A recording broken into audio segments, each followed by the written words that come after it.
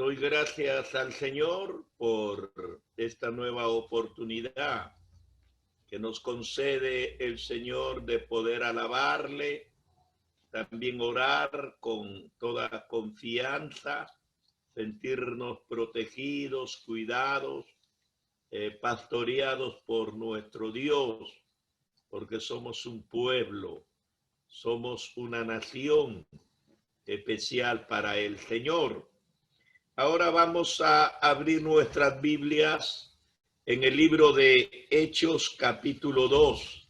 Estamos llevando una secuencia de este libro de Hechos. Ahora nos toca el capítulo 2, el versículo 25 al 36. No voy a dar lectura a todos los versículos porque sería emplear mucho tiempo, pero sí voy a tomar los versículos que necesitamos en este momento.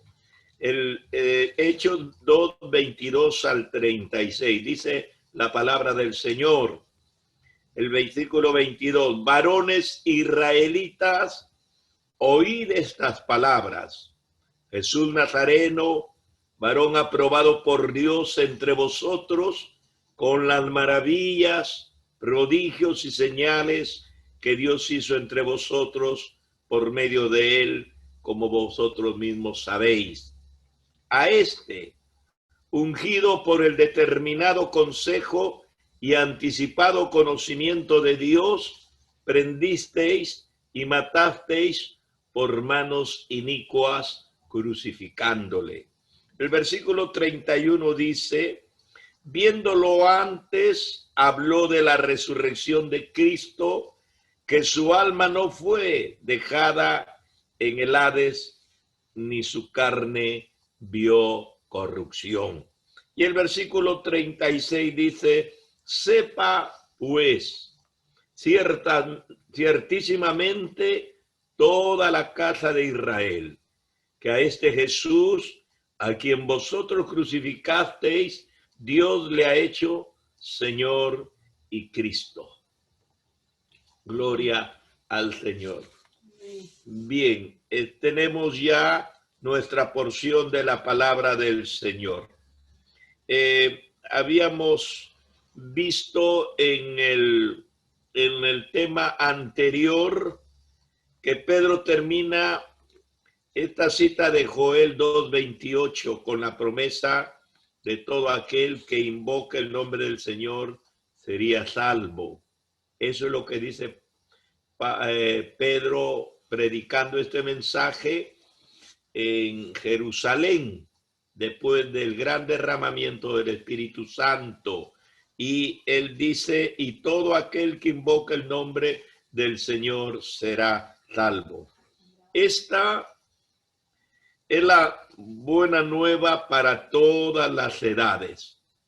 No solamente Pedro está hablando para las personas que le escuchan en ese momento, sino que está hablando para la gente de todas las edades hasta que Cristo venga a llevar su iglesia. Que la salvación se ofrece a todos sobre el principio de la fe en el Señor, no en la iglesia. Debemos entender, no en alguna persona humana, no en la misma religión cristiana, no. La salvación solo se ofrece a través de la fe en Jesucristo. Así que el nombre del Señor es una expresión que incluye todo lo que Él es. De esta manera, invocar su nombre, porque la Biblia dice: el que invocar el nombre del Señor será salvo. ¿Qué significa cuando nosotros leemos en la palabra del Señor que invocar el nombre del Señor es obtener la salvación? Pues invocar el nombre del Señor es llamarle como el objeto verdadero de la fe y como el único, entendamos esto, no uno, sino como el único camino de la salvación. Jesús mismo lo dijo: yo soy el camino, la verdad y la vida, y nadie viene al Padre si no es por mí. De esta manera, entonces, invocar su nombre es llamarle como el verdadero objeto de fe y como el único camino de salvación. Pero ¿quién es el Señor? Nosotros, 2000 años después, no tenemos ninguna objeción, duda ni pregunta. Pero cuando Pedro está predicando este mensaje y se está dirigiendo al pueblo que conoce la palabra de Dios del Antiguo Testamento y que tiene una idea del señorío de Dios sobre el pueblo, entonces sí que hay mucha confusión.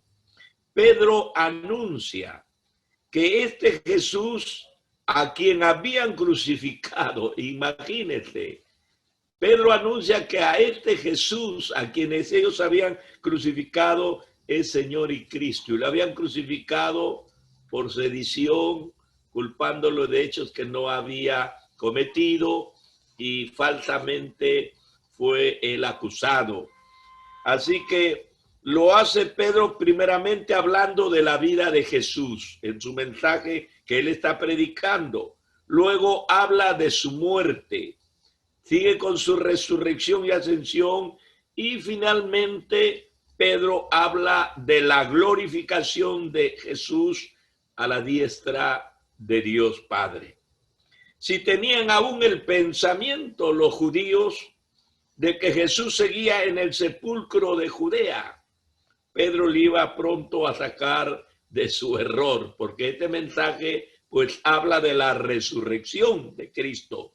Se les sabía decir que aquel a quien habían dado muerte ya no está enterrado donde lo habían sepultado, sino que en ese momento ya ascendió. Ni siquiera está en la tierra como estuvo los 40 días, no, ya ascendió, y Pedro les dice: ahora él está en el cielo. La vida de Jesús, esto es el fundamento de toda nuestra fe y el verdadero conocimiento que nos conduce a la salvación. Dice la Biblia: varones israelitas, oíd estas palabras. Es el mensaje que Pedro está predicando.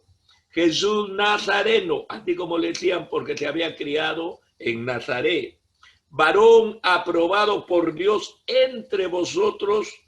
¿Cómo lo probó Dios? Con las maravillas, con los prodigios y señales que Dios hizo entre vosotros por medio de él, como vosotros mismos sabéis. El ministerio de Jesús fue público. El ministerio de Jesús fue a vista y paciencia y tolerancia de sus enemigos. Jamás el Señor se escondió en la sombra de la oscuridad, en lugares apartados donde no puedan tal vez examinarle o mirarle o ver lo que hacía. No, no, no. El Señor fue un hombre público y entre miles de personas, ojos agudos, miradas acuciosas, personas que verdaderamente andaban buscando un error de él.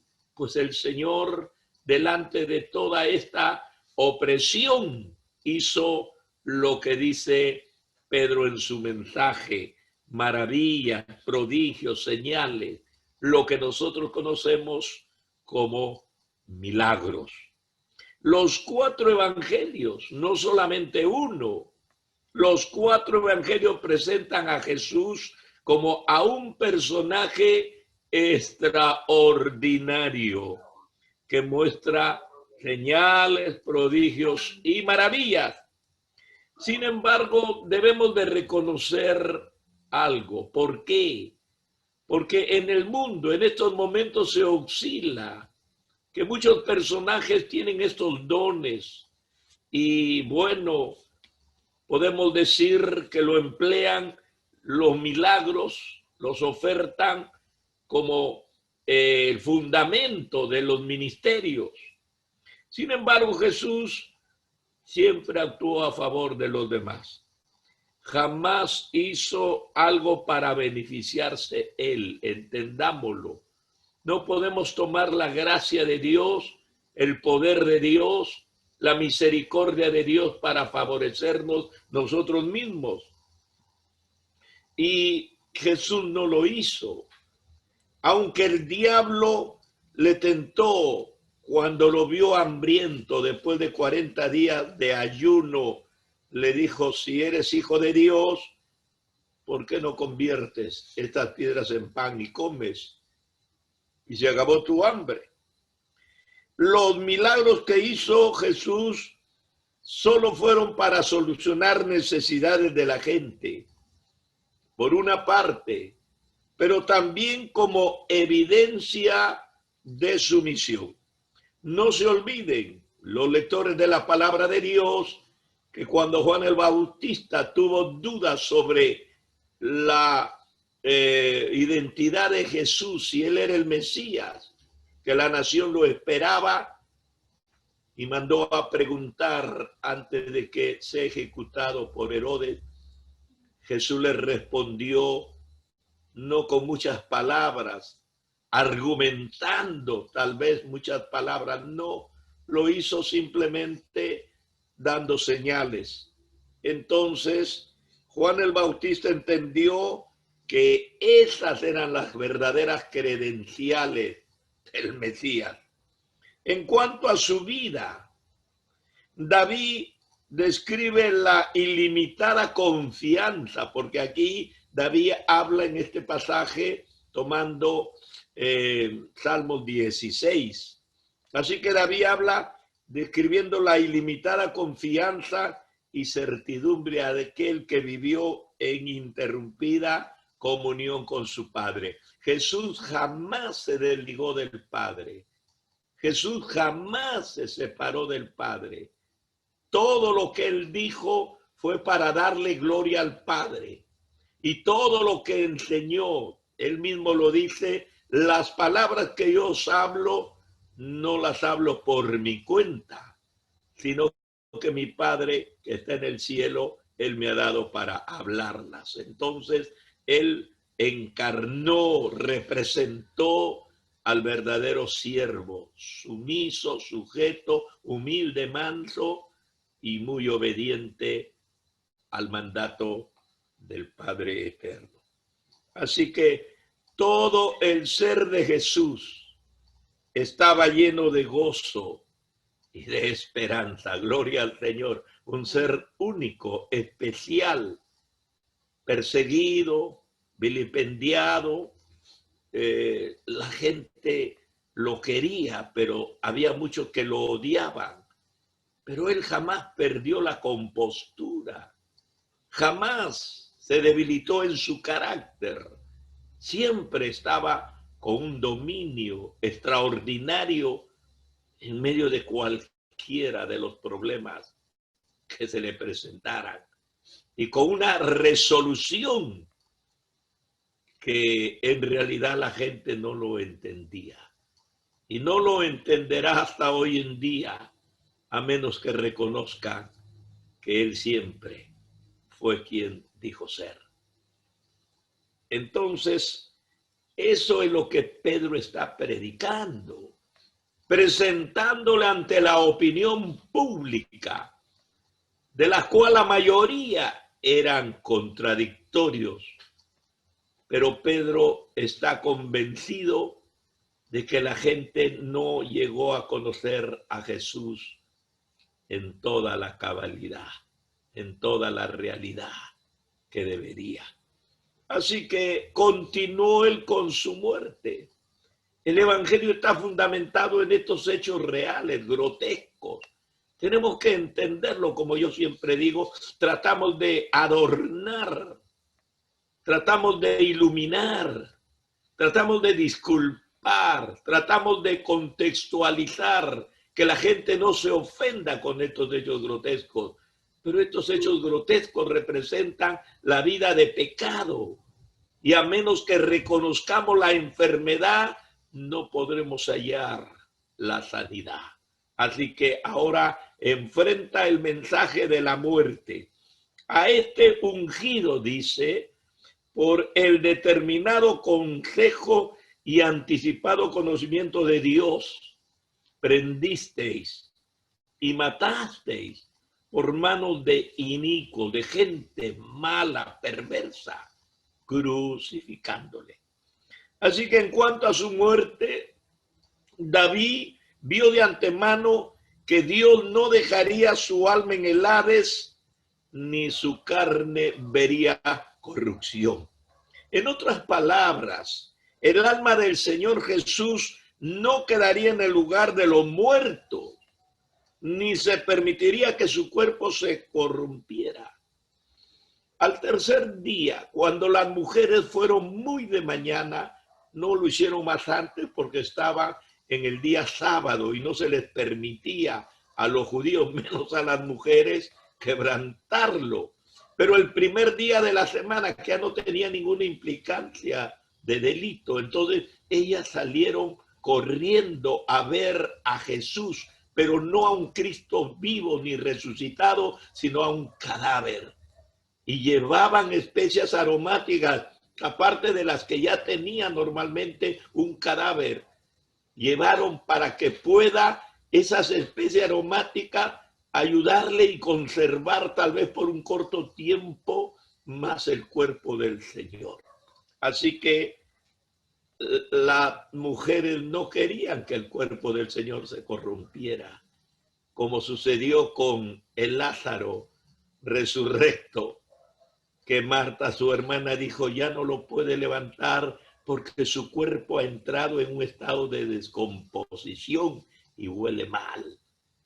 Pero la promesa era que el alma de Jesús no quedaría en el Hades, en el infierno, en el lugar de muertos, ni su cuerpo llegaría a corromperse.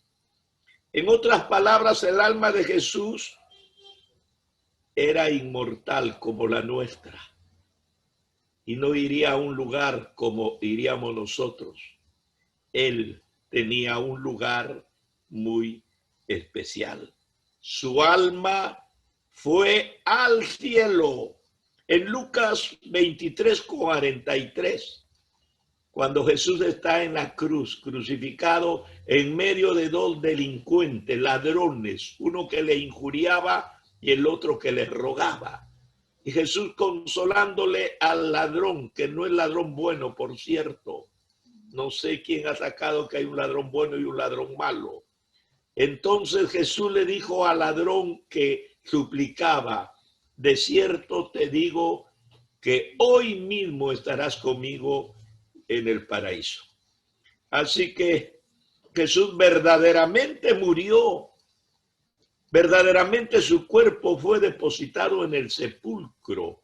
No fue una parodia, no fue un espectáculo montado para tratar de impresionar a la gente. Cristo verdaderamente murió, no como aquellos evangélicos apócrifos que dicen que Jesús solo se desmayó y que luego los discípulos le curaron y lo mandaron hasta el Tíbet, donde se recuperó y ahí se quedó muriendo a los 53 años.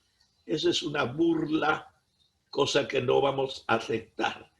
El cuerpo de Cristo no estaba solo maltratado, con leves dolores.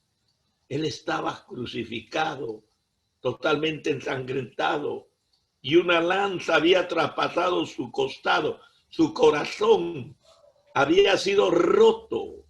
La lanza penetró por el pericardio del corazón y lo partió en dos y salió agua, o mejor dicho, suero de esa sangre coagulada. Entonces no podemos nosotros bromearnos con un hecho tan patético, tan real. Lucas 23, 52, 53 dice que José de Arimatea fue a Pilato. José de Arimatea era un hombre muy importante, posiblemente un hombre de mucha influencia, rico, y tenía autoridad, dada su investidura, dada el estatus social que ocupaba en aquel entonces. fue a Pilato y le pidió el cuerpo de Jesús. Y quitándolo, lo envolvió en una sábana. Está tratando con un cadáver y lo puso en un sepulcro abierto en una peña en el cual aún no se había puesto a nadie. Jesús fue sepultado porque verdaderamente había muerto. Este es el fundamento del mensaje. La resurrección. Inmediatamente Pedro está jugando. No digo que está jugando con la realidad ni con los hechos, está jugando con las palabras. Puede hablar de la vida, del señorío, de la autoridad. Luego habla de la muerte, que parece un fracaso, una destrucción, pero al mismo tiempo concluye con la resurrección y la glorificación. Pedro había sido transformado. Ya no era el escurridizo, temeroso Pedro que Jesús había llamado. Ahora era el apóstol ungido para abrir la puerta a las naciones. Esta vez lo está haciendo para los judíos. Más tarde en la casa de Cornelio lo hace para los gentiles. Entonces, viéndolo antes, habló de la resurrección de Cristo, que su alma no fue dejada en el Hades, ni su carne vio corrupción. Eso está predicando Pedro. A este Jesús resucitó Dios.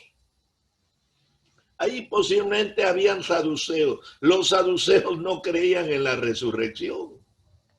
Ahí posiblemente habían personas gentiles, como el caso de los romanos o de los griegos, que creían en la inmortalidad del alma, pero no en la resurrección. Los griegos no creyeron en la resurrección. Ellos creían en que el alma se regeneraba y aparecía en un ser inferior, pero no creían en la resurrección. Y Pedro les está hablando de la resurrección.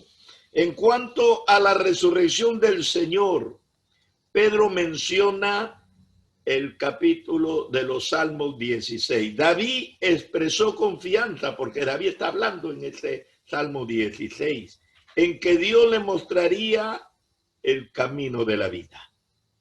David escribió en Salmo 16:11, dice, me mostrarás la senda de la vida. No dice de la muerte, sino de la vida.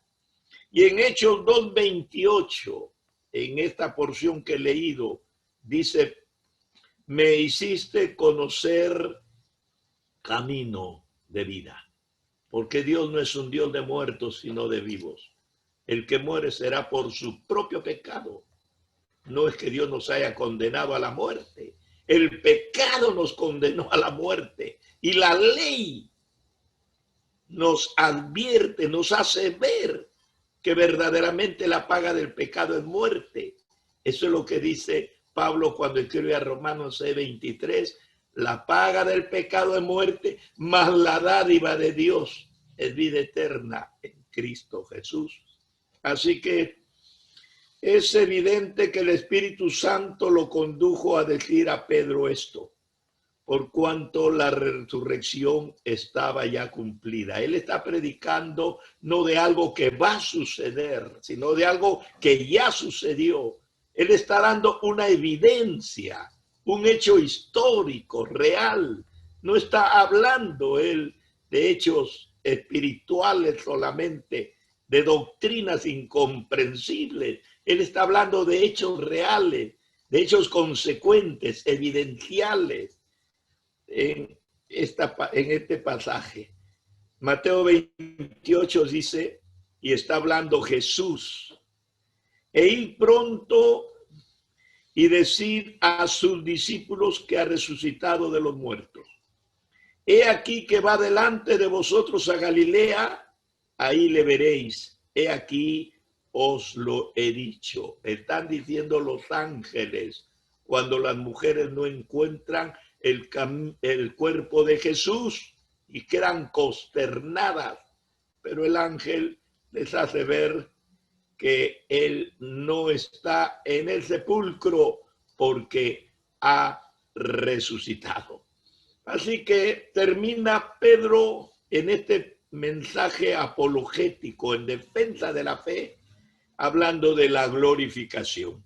El versículo 36, el último que de esta porción dice: sepa pues ciertísimamente toda la casa de Israel que a este Jesús, a quien vosotros crucificasteis, Dios le ha hecho Señor y Cristo. La presente glorificación del Salvador fue predicha entonces por David con estas palabras: me llenarás de gozo con tu presencia. O como lo expresa el Salmo 16:11, en tu presencia hay plenitud de gozo, delicias a tu diestra para siempre. Pedro argumenta, Pedro está predicando, está argumentando el mensaje que Dios le permite dar. Argumenta que David no había podido estar diciendo estas cosas acerca de sí mismo. Es un cántico de David, lo que ha escrito en el Salmo 16:11, pero él no está hablando de él mismo. ¿Por qué? Porque el cuerpo de David sí había visto corrupción. El sepulcro era bien conocido por los judíos de aquellos tiempos. Todos sabían que David no había resucitado. Entonces, David no está hablando de él. Cuando escribió el Salmo 16, David estaba hablando como profeta. Ahí hay una profecía. Recordó que Dios había prometido que haría surgir a uno de sus descendientes para que se sentase en su trono para siempre. El trono de David es lo que la palabra del Señor nos enseña sobre el trono de Jesús. Así que David se dio cuenta que este sería nada menos que el Mesías. Y aunque moriría, ellos lo vieron al Mesías muerto, su alma no sería dejada en el lugar de los muertos y que su cuerpo no se corrompería. Así que no le tembló la voz ni la mano para escribir. Está hablando de algo totalmente inverosímil. Está hablando de la muerte, del más allá, de la destrucción. Está hablando de lo que la ciencia no puede cambiar. El hombre muere y está muerto, se acabó. Pero este profeta, inspirado por Dios, está hablando que verdaderamente va a morir, pero que su alma no va a ser dejada en el lugar de los muertos como todos los hombres que mueren, y que su cuerpo no verá descomposición orgánica porque no permanecerá en la tumba. Así que Pedro repite un anuncio que debe haber sobresaltado a los judíos, porque Pedro está hablando de la muerte de alguien que todo el mundo sabe y conoce cómo fue ejecutado. El Mesías de quien había profetizado David, ¿quién era? Los judíos conocían las escrituras. Si ahí habían sacerdotes o gente preparada o escribas que siempre no faltaban en todo este tipo de reuniones públicas, entonces ellos sabían de lo que David había escrito. Pero Pedro está contextualizando esta verdad incomprensible, leída pero incomprensible, y dice que está hablando nada menos que de Jesús de Nazaret. Y Dios lo resucitó de entre los muertos, cosa de que los apóstoles podían dar testimonio, porque eran testigos oculares de su resurrección. Ellos lo vieron durante 40 días, andó con ellos, comió con ellos, les siguió enseñando, afirmando la fe. Entonces, ellos no han visto a Jesús en la noche, en la oscuridad, en un lugar apartado. No, el Señor se presentaba en sus reuniones. Así que ellos son verdaderamente testigos oculares. Es lo que dice Juan, lo que vieron nuestros ojos, lo que oyeron nuestros oídos y lo que palparon nuestras manos tocante al verbo de vida. Casi todas las religiones tienen su base en un razonamiento. La ciencia misma lo demanda. Pero el cristianismo tiene su base no solo en el razonamiento, que es después de la experiencia. El cristianismo se basa en la experiencia primero. Nadie puede hablar de Cristo a menos que ya sea salvo y le conozca personalmente. ¿Por qué creen que millones de cristianos han dejado todo su pecado, su vida delictuosa y tantos fracasos que han vivido, lo han dejado cuando se han encontrado con Jesús? Y de su experiencia, entiendan, esto es el cristianismo, de su experiencia en la conversión es que viene el razonamiento por el cambio y la transformación. Ahora díganme ustedes cómo nace la ciencia. La ciencia de Francis Bacon, a partir del siglo XVI, lo que se conoce en filosofía como el racionalismo. ¿En qué se basa? Se le llamó y se le llama el empiricismo porque se basa en la experiencia, que el científico quiere probar y experimentar para luego hacerle una teoría. En eso se basa el cristianismo. No solamente en el razonamiento, sino en la vivencia, en la experiencia. Y la fe está basada en eso. Así que Pedro está planteando una verdad muy profunda. Ahora, el Espíritu Santo había sido enviado como había sido prometido por el Padre. ¿Por qué? Porque después de la resurrección, Jesús fue exaltado a la diestra del Padre. Y él dijo, si yo me voy a enviar el Espíritu Santo. Y cuando el Espíritu Santo llegó, ¿qué significa? Que Jesús ya llegó también para allá. Es como si alguien le dijera, voy a tal lugar y cuando llegue a ese lugar te envío el encargo que me diste. Y usted espera un día, 2 días y de repente le llega el encargo. ¿Qué está queriendo decir eso? Que la persona que le ofreció enviarle tal encargo ya llegó al lugar de donde le envía lo que le ofreció. Pues Jesús dijo que él iba a enviar el Espíritu Santo del Padre. Ahora lo ha enviado. Eso está confirmando que Jesús está allá. David había predicho la exaltación del Mesías en el Salmo 110:1. Siéntate a mi diestra hasta que ponga a tus enemigos por estrado de mis pies. 10 siglos antes, me están escuchando, 10 siglos antes del cristianismo, David está profetizando.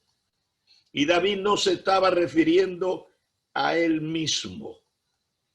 Él es rey, tiene muchos enemigos, pero Dios no glorifica a él como está hablando en su profecía. Estaba citando a Jehová dirigiéndose al Mesías. En los versículos 33 y 35, que no he leído todos, predicen un tiempo de espera, que la glorificación de Cristo y su regreso para castigar a sus enemigos y establecer su reino. Siéntate a mi diestra, la mano derecha, hasta que ponga a tus enemigos por estrado de mis pies.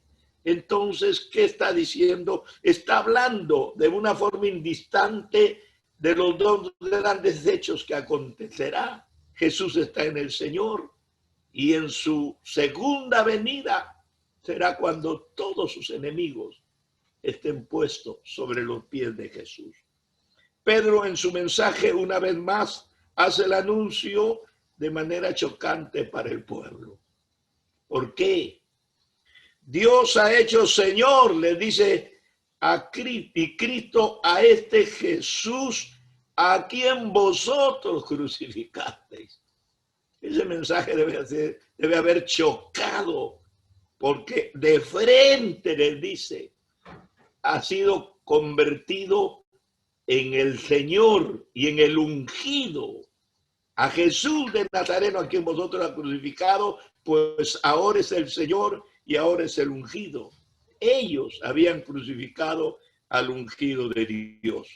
Y la venida del Espíritu Santo era la evidencia que había Jesús sido exaltado hasta los cielos. Gloria sea al Señor. Esto es lo que está predicando Pedro.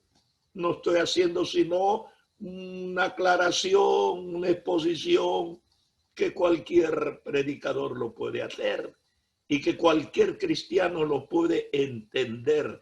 Este es el Evangelio, señores, que habla de la vida de Cristo, no de la vida nuestra, como testimonio de cambio tal vez. No se fundamenta en mi teología, no se fundamenta en mi ideología, no se fundamenta en mi filosofía, no se fundamenta en mi institución, entendámoslo. Se fundamenta en la vida de Jesús, en la muerte de Jesús, en la resurrección de Jesús, en la exaltación de Jesús. Él es el autor y consumador de la fe y el único camino de la salvación. Dios nos bendiga.